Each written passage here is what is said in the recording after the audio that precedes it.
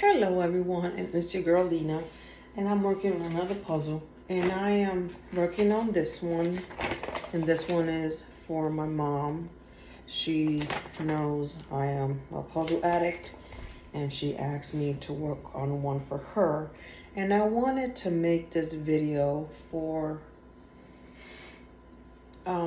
just my thoughts and opinions on YouTubers that like to trauma dump.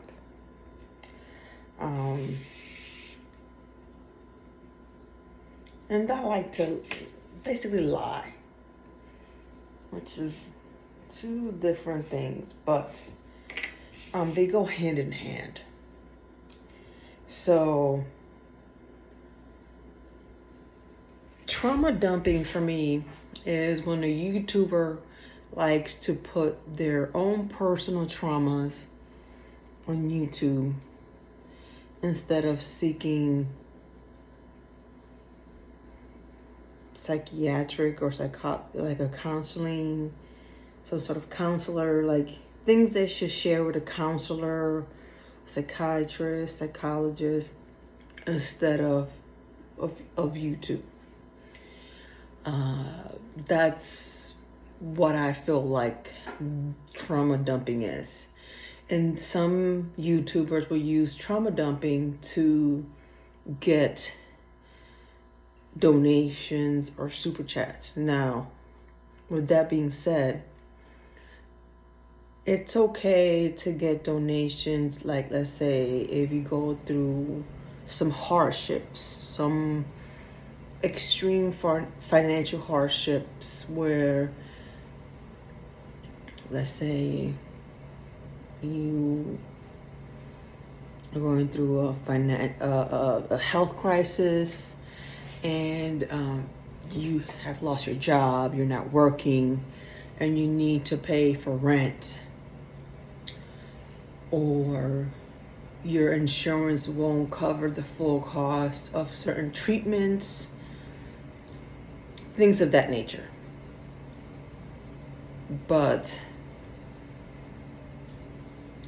when it comes to YouTubers and trauma dumping, I don't think it's right. And I don't think it's right because people watch you for who you are. Now, it's one thing if you say, hey, I'm going through X, Y, and Z, but I am seeking counseling, and this is how I'm getting through it. Because some people are scared or have had bad experiences with bad psychiatrists like me, or bad counselors, or things of that nature, and you're saying, hey, I went through a negative experience with such things that happened to me, but this is how I overcame it. Now that's different. But if you're using your YouTube channel as your psychologist, counselor, psychiatrist, to me that's wrong. You're traumatizing people. You don't know what wounds and scars you're opening for certain people. And yeah, I apologize for how rough I'm looking. But a lot of people, certain people are coming on YouTube and think it's okay to come on YouTube and just talk about their issues and not talk about how they're handling their issues. You know, they just want to trauma dump. Like, they just dump all their issues and not say, hey, this is how I'm handling it. And that's not okay, because if you have like some kind of following, you leave that person feeling not okay. That person that follows you, you leave that person worried. You leave that person concerned and like, oh my gosh, is that person going to feel okay? Added to their own personal day-to-day struggles. And how fair is that to them? Now, like I just stated, like it's one thing if you're saying, hey, I'm dealing with XYZ, but this is how I'm overcoming and what I'm doing to get better. Now that's one thing, like you're telling your audience, hey, I'm dealing with this, but this is how I'm trying to overcome this. So you're giving them certain tools that you're helping yourself deal with them. So those tools may help some people overcome. Like they can use those tools. Like those tools may not help everybody, but those tools may help some people. But I don't agree with any YouTuber. I don't care how small you are, whether you have 1 viewer or 1 million subscribers, 5 million, 10 million, just trauma dumping and